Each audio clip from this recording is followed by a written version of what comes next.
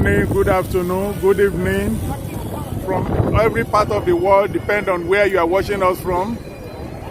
This is Ogbon Inu TV channel. We are streaming live from United Kingdom.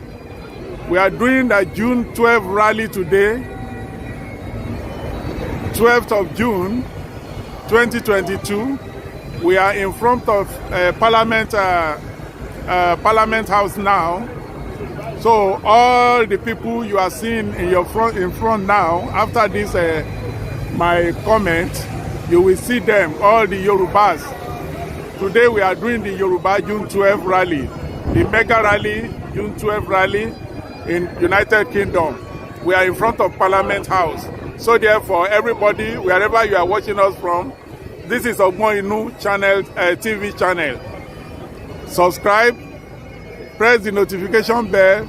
Don't forget to press the love and like button, and so that whenever we stream live, you will be seeing us, getting our broadcasting live and clear. Please, this is Ogbon Inu TV channel. Subscribe and press the notification bell. So therefore, you can be seen. Nation, no going back.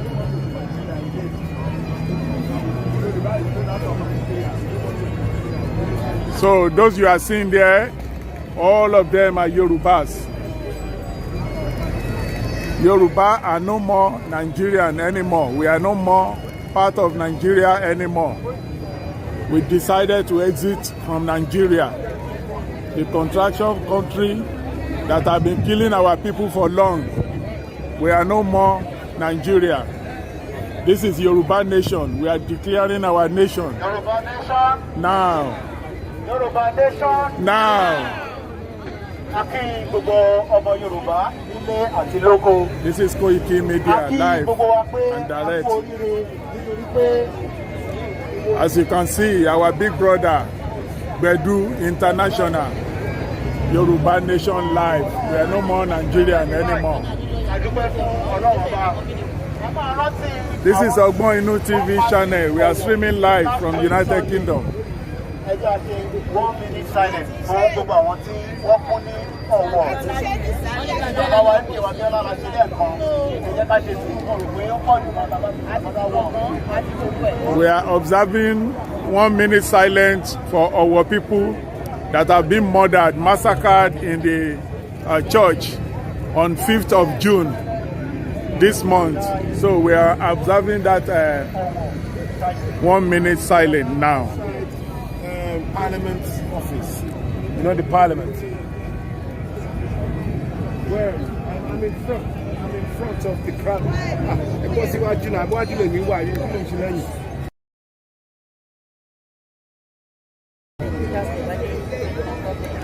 May their soul rest in perfect peace. Amen.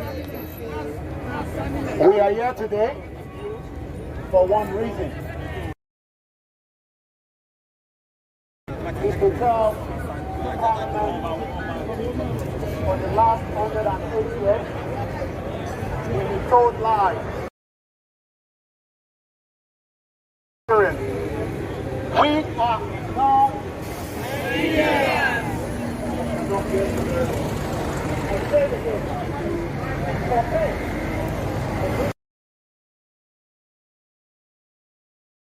what we known as again, I'm going to repeat this. Before 1914, we were not. In 1914, the British decided that they will change the location, the roots, the tradition, and that is why we were called Nigeria in 1914. We are now saying to the British Empire that there will not be elections in 2023. Oh yes! We do know that the British establishment has been advising Nigerians to collect their PVC because the future is in their hands. But the indigenous people are saying, we are coming out. We are coming out.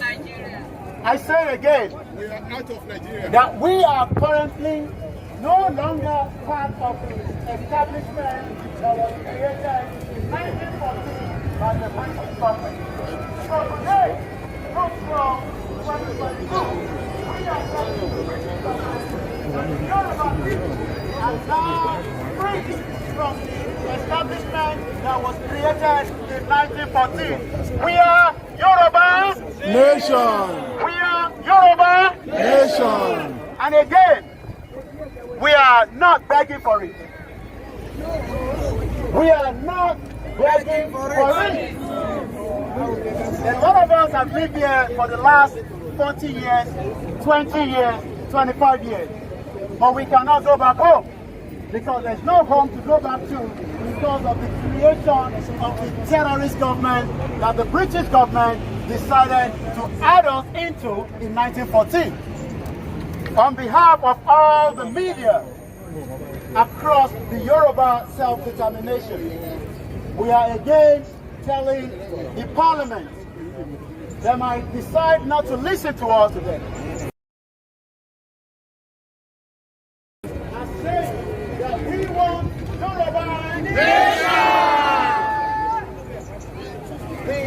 The sovereign nation is already with us. Oh yeah, we don't want to defend rule of What we are saying is, for the benefit of those that are still in doubt, if you are still in doubt, you might want to get the next underground train station and make your way home.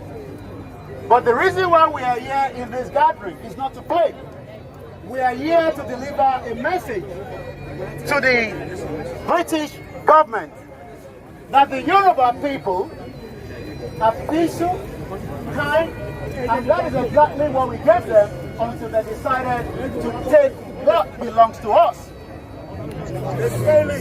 But today, we are now saying that we've had enough of that, and we will say once again that we are Yoruba.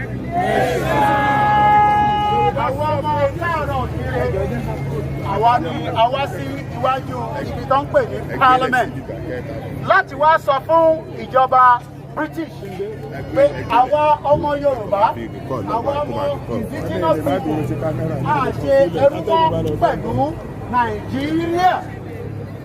Àwa ń sọ fún wọn pé tó bá pé wọn wọ́n tètè báwọn tó jẹ́ àwọn dídà wa sọ̀rọ̀ kí wọ́n lè bẹ̀rẹ̀ sí í ṣe process bí ilẹ̀ Yorùbá ṣe máa ní àǹfààní láti lè bá wọn ṣe. Tí wọ́n bá ń ṣe mistake pé ilẹ̀ Yorùbá ń kọ́ kò sí ìtọ́ka wọn nínú Nàìjíríà náà la fẹ́ wà. A lè má ní agbára àmọ́ a ní tó ń pè ní Ọlọ́run ọba, whether is our tradition, whether is the Christianity, whether is the Islam. But we are saying that everything tó ń jẹ́ ilẹ̀ Yorùbá á gbà wọ́n jà. Gbogbo tó ń jẹ́ ilẹ̀ Yorùbá, gbogbo ẹni tó bá sọ pé ilẹ̀ Yorùbá ò ní. Àgbọ̀yé dáadáa sẹ́ẹ̀. Ní orúkọ Jésù Kristi, à ń sọ fún wọn pé ohun tí a gbé wáyé, ohun tí a máa fi lọ ni, a tún ní padà wá sí bíbá mọ́.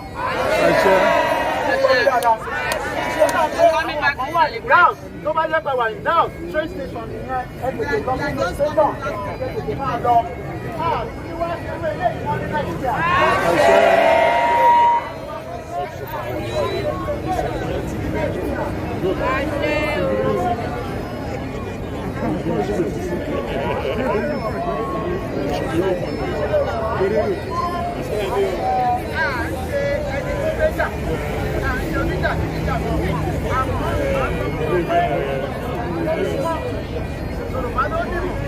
Yorùbá ló lọ gbọ́n gbogbo ọgbọ́n tí wọ́n bá àwọn bàbá wa ta ní 1957 ní 1958 wọn nílé ìtápẹ̀ láwọn generation ti sí.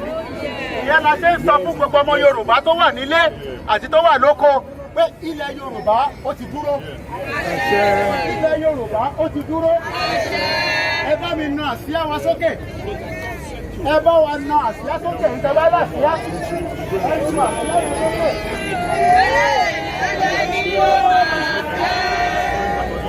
Lẹ́lẹ́ ni ó máa fẹ́.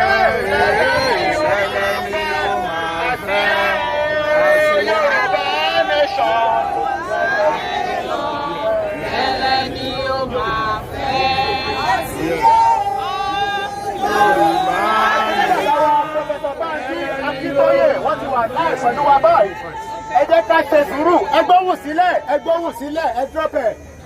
The father of the nation, the father that loves his people, is now live with us. He's watching and he's listening, and he has a message to deliver to us. Ẹ jẹ́ ká gbọ́ message látọ̀dọ̀ bàbá wa, Professor Banji Akintoye. Ẹ bá wa gbé sí speaker àti gbọ́ wọn.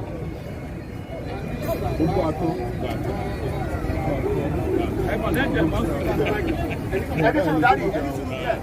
Ẹ jẹ́ ká gbé máìkì fún wa. Lẹ́ẹ̀kan sí, a fẹ́ kí gbogbo ẹ̀ lẹ́yìn náà. Ẹ jẹ́ kó pa lọ́lọ́ bí a gbọ́ bàbá wa Professor Banji Akintoye tí wọ́n máa àdírẹ́sì wa. Wọ́n tó ní pé àkínú wa ń rìnrìn àjò wa lọ.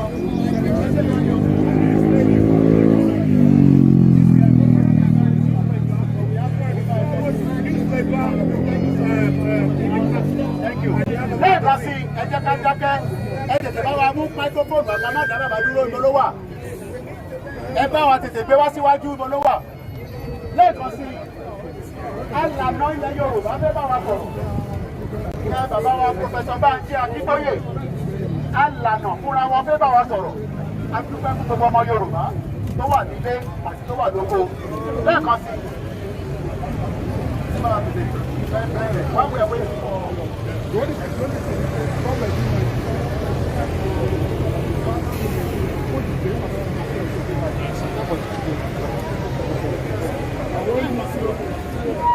Adúpẹ́ fún gbogbo ọmọ Yorùbá. Tí bàbá bá ti ń sọ̀rọ̀, a máa fẹ́ ẹlòmíràn kò ní là. Ìyá àṣẹ.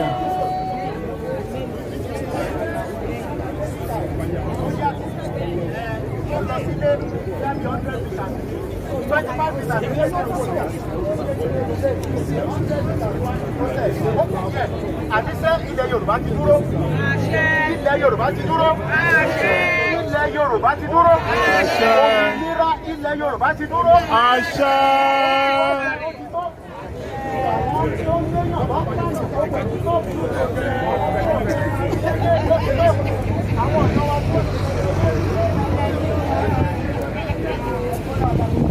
Bàbá máa bá wa sọ̀rọ̀, wọ́n ń ṣètò lọ́wọ́.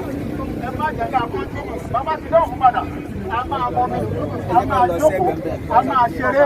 Àwọn lọ́wọ́lọ́wọ́ nísìnyí, Yorùbá lè tọ̀. Àwọn tó wà nílé wọn ò lè rí nǹkan kan bí báyìí. Àwọn ará wa lọ́kọ̀ máa máa rí. Ẹ̀yin tẹ́ wà ní báyìí ẹ ti wà òkè ní ọ̀dà mídíà dábàá rí kankan tàbí ṣó sáwọn tó wà ń ta. A dúpẹ́ lọ́wọ́ gbogbo àwọn pépà tí wọ́n jẹ́ ti Gẹ̀ẹ́sì, wọ́n ní wọ́n ti wà níbí. Ẹ bá wa súnmọ́ wọn, kẹ bá wọn sọ̀rọ̀. Ṣé ó ti ṣe tán àkókò díẹ̀? Wọ́n ló ti bí àwọn máìkrófóònù. Lẹ́ẹ̀kan sí, bàbá ń bá wa sọ̀rọ̀ lọ́wọ́ kò díẹ̀.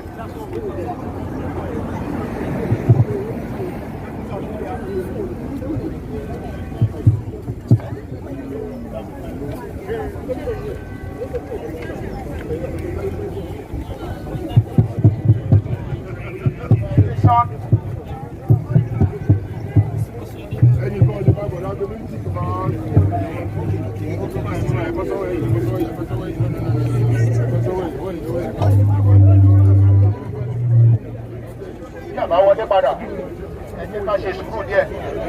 Ẹ bá wa gbé bàbá wọlé. A mọ̀ pé connection yẹn náà ní ọkùn díẹ̀. Báwo ẹ̀ wé sí wọn? A máa sọ pé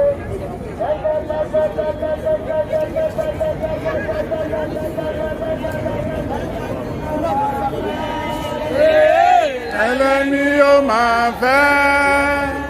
Tẹ́lẹ̀ ni ó máa fẹ́.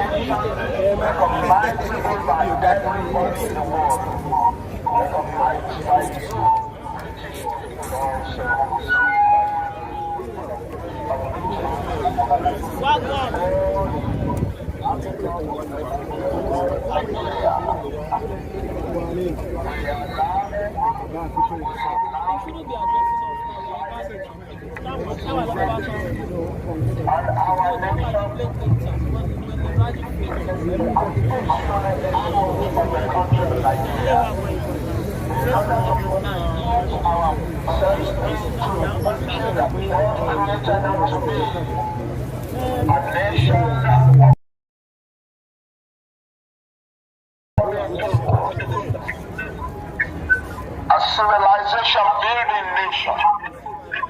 That's what God made us to be, and that's what we are now returning to.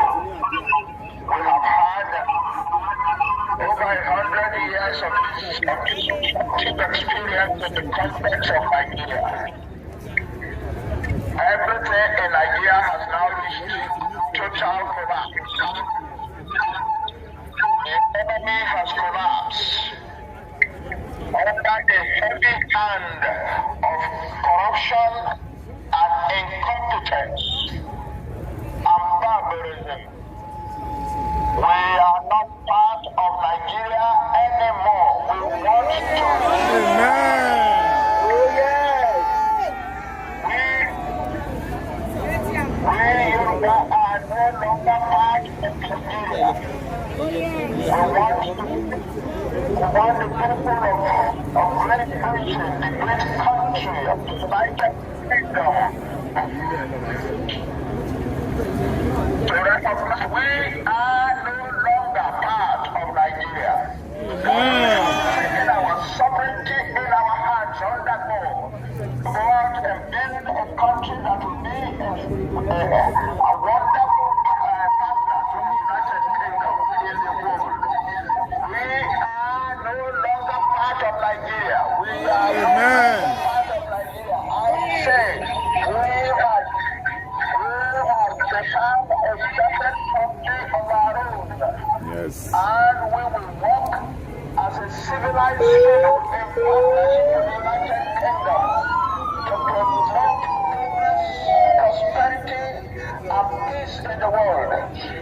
We are ready to move forward and to succeed and to show the world the kind of people that we are.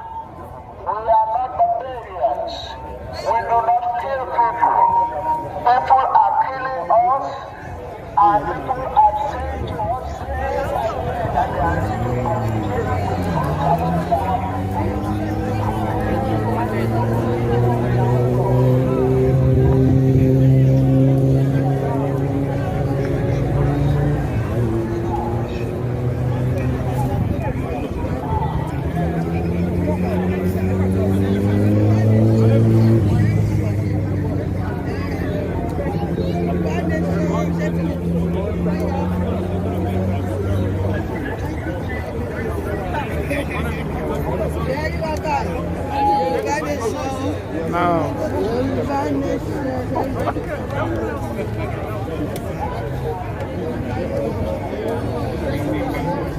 Aṣọ ọ̀rọ̀ ló ń sọ, aṣọ Yorùbá náà, àwa náà.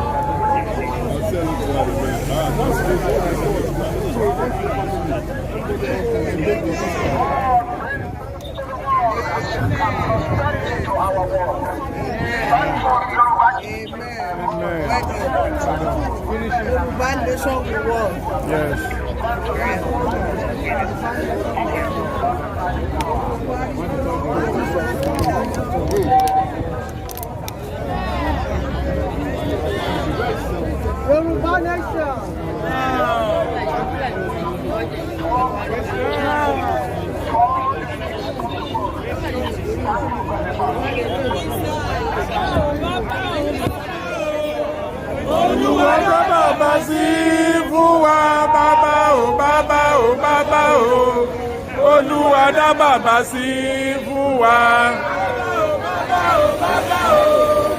Olúwa dá bàbá sí fún wa. Bàbá o bàbá o bàbá o. Olúwa dá bàbá sí fún wa. Olúwa dá bàbá sí fún wa.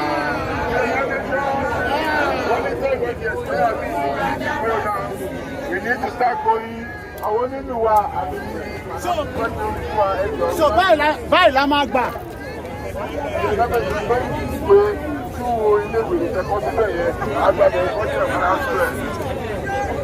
Yorùbá nation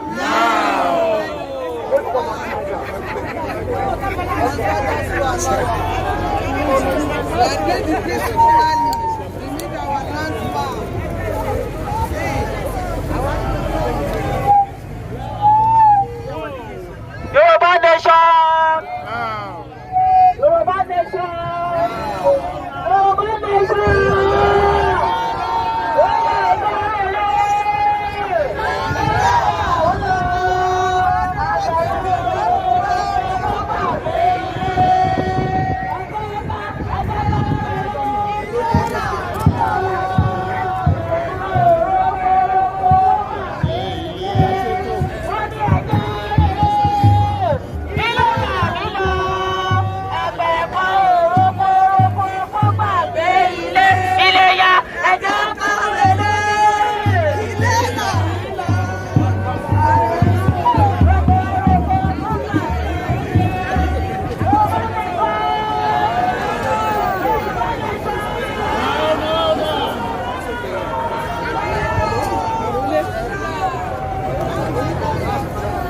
jẹ́ kí flag yẹn yọ dànù.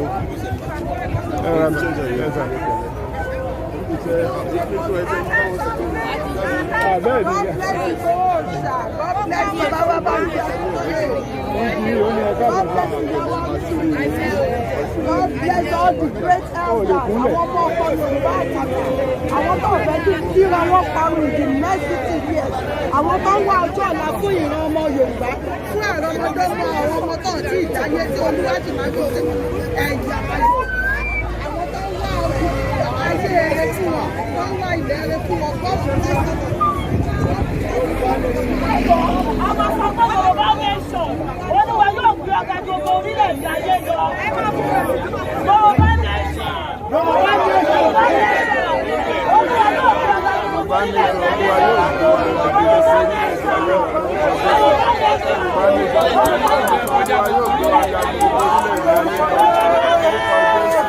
Yorùbá nation, Yorùbá nation, Yorùbá nation, Olúwa yóò gbé ọ̀gá gbogbo.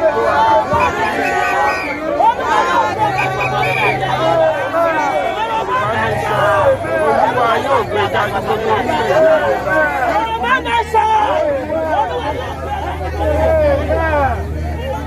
A máa mú kìí sí.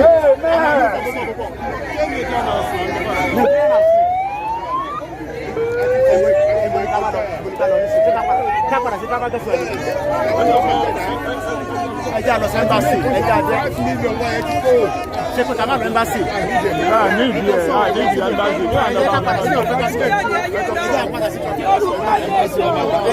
ní ìdí ẹ́mbásì mọ̀ a máa gbálé wa padà lọ́wọ́ a máa lé wọn jáde nulẹ̀ yẹn gbẹ̀yìn ni àwọn báwo agbára Ọlọ́run kí là ń lọ bá wọn wọn Fúlàní náà kún bẹ́ẹ̀ náà kí là ń lọ bá wọn àwọn ẹranko.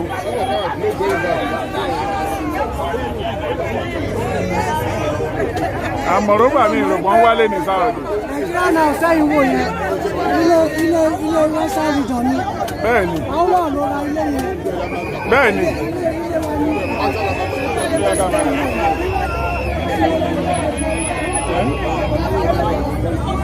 No, they want to go back to where we come from.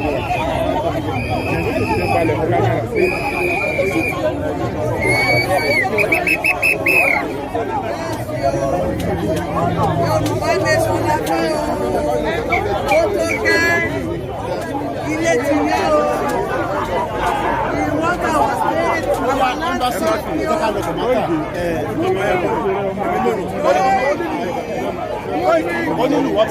Oya.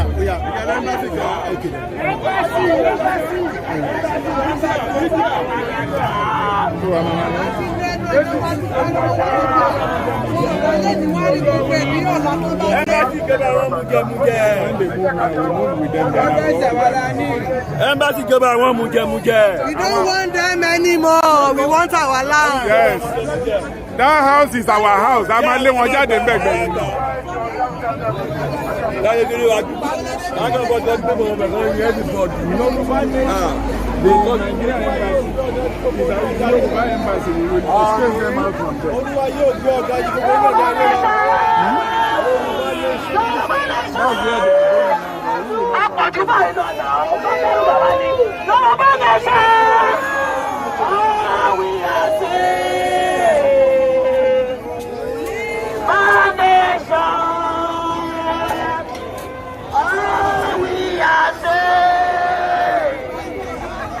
Oh, nation.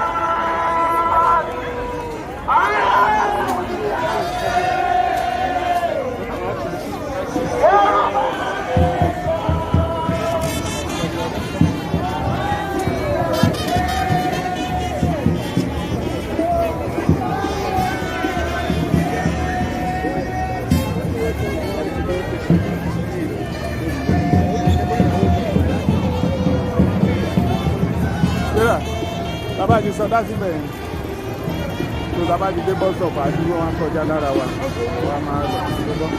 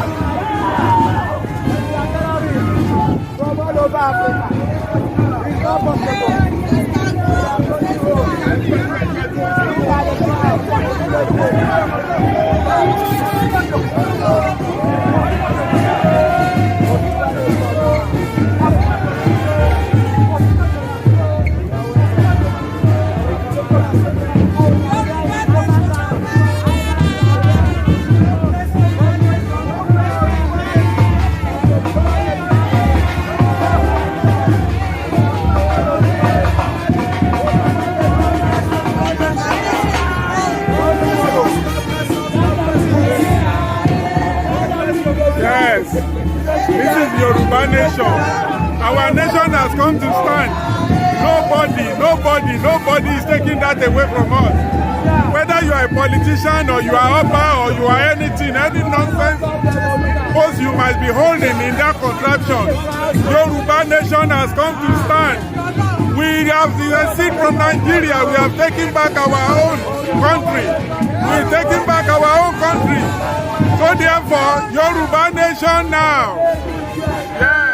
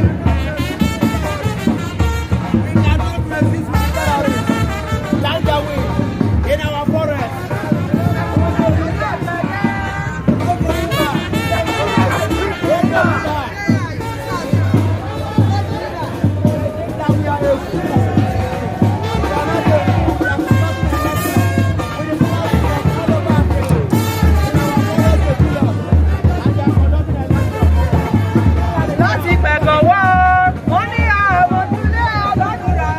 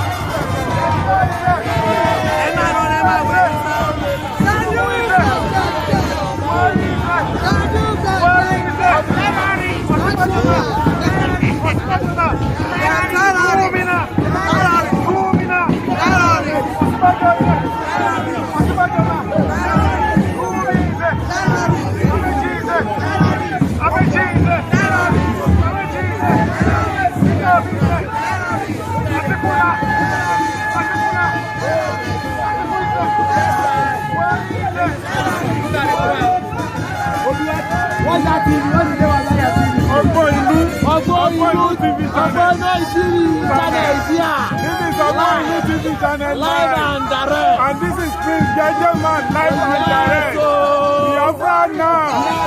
Oduduwa now. We are going home. Janja we waka. Yes, subscribe to Ogbon Inu TV channel.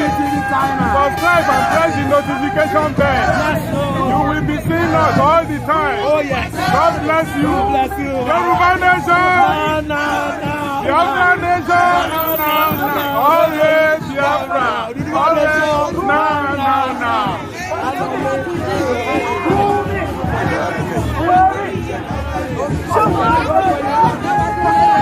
Can you see the crowd? Yes. Everyone has made up their mind. 5 million signatures. 5 million signatures is not a joke. Yes, look at it. Yes.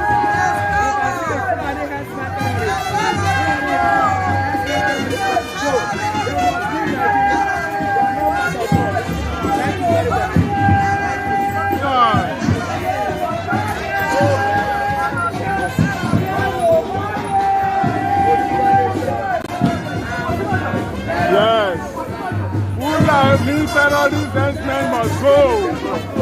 They must go. God punish them one by one.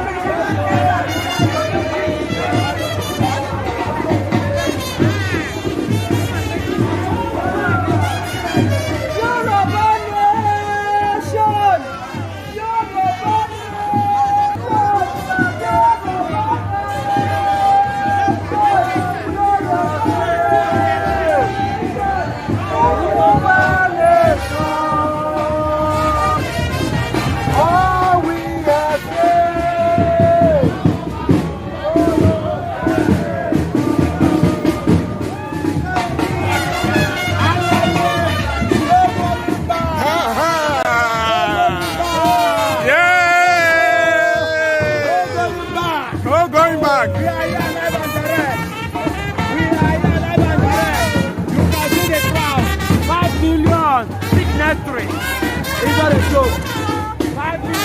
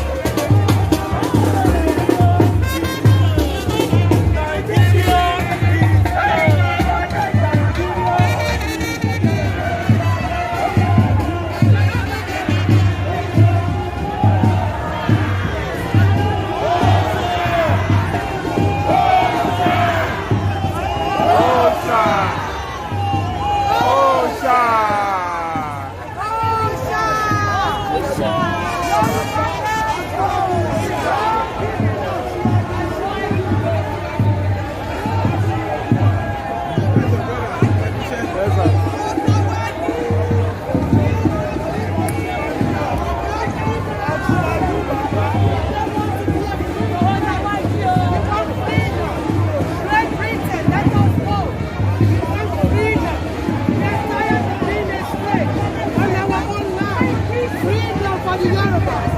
Freedom for the Yorubas. Yoruba nation.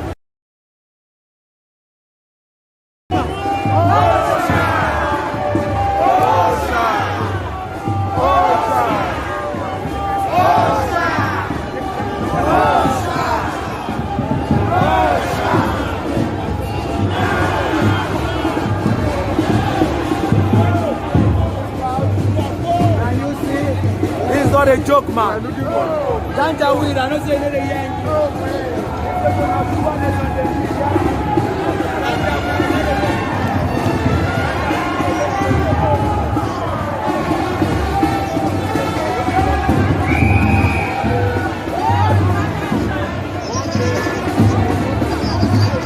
I see you. I'm one for you.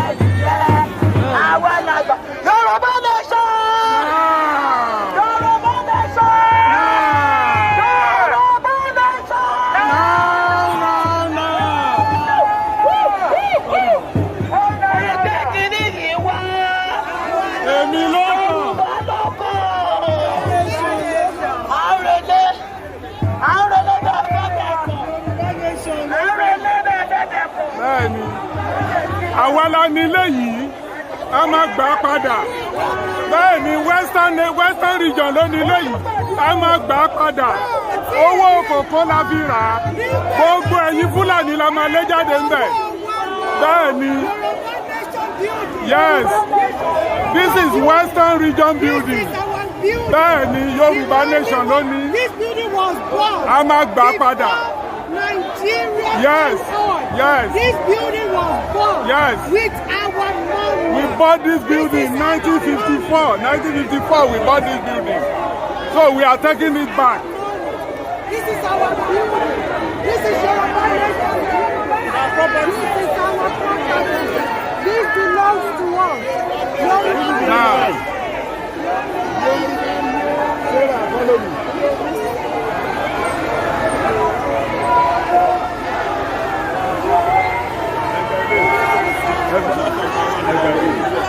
Wọ́n ní gàgbà ilé ìdáni.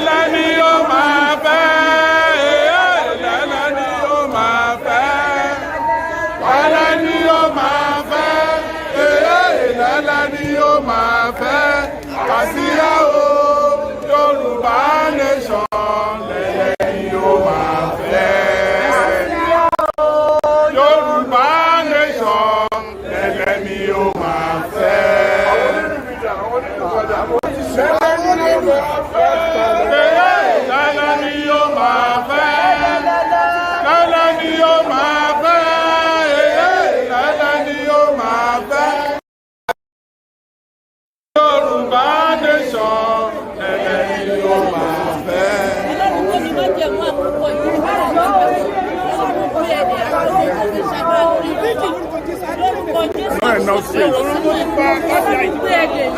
It's full. I need to change this.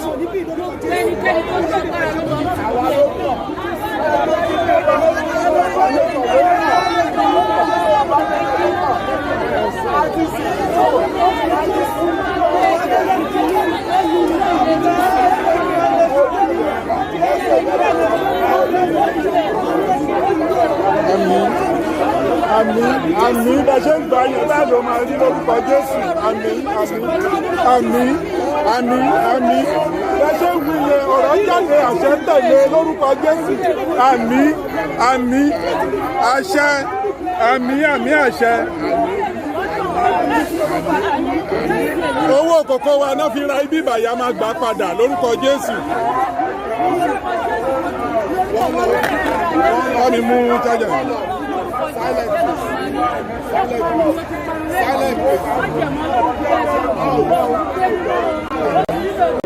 Yeah, sure. Silent.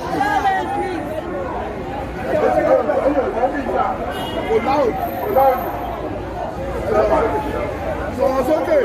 Sarah. Come on.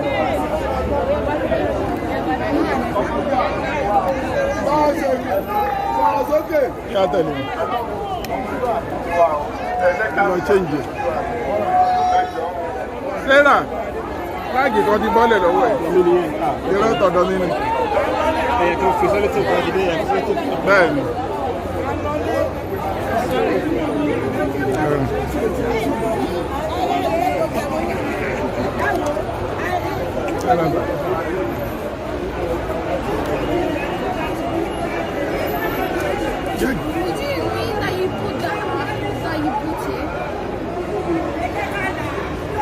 This is our Yoruba nation that we are shouting.